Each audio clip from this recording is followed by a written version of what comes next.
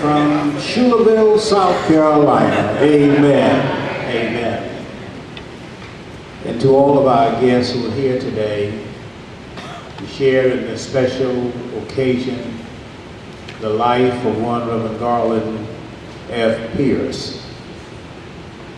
We've come today with thanksgiving and praise to God for the wonderful things that God has done, is doing, and will continue to do in the life of this servant that he has called to proclaim his word, and now the calling to serve in a greater capacity as executive director of the Christian Education Department.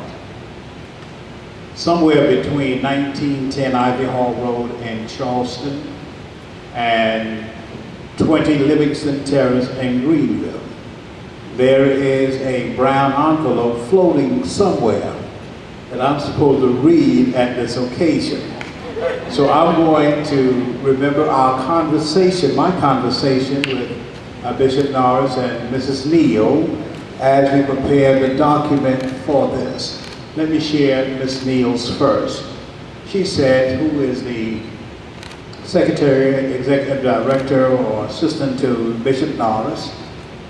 She said, you know, Elder McPherson, of all the credentials that I've seen come across this office, I am thoroughly impressed with this young man from McCormick.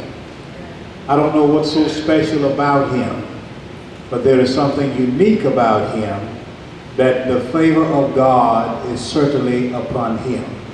And I do hope and pray that he is elected. And so from our Bishop Richard Franklin Norris, to from Dr. Mary Ann Norris, our supervisor, and our conversation concerning this servant who is seeking the office. He said to me the other day, he said, the message that he delivered at the annual conference was a good message. My conversation one-on-one with him was very impressive. And he said, Elder, I promise you that I'm going to open every door that I can open to see that this young man is elected. He said, I'm coming to the end of my journey, but I still have some friends somewhere that can help me to help this young man who is not selfish, but he has given a good day's work to this church.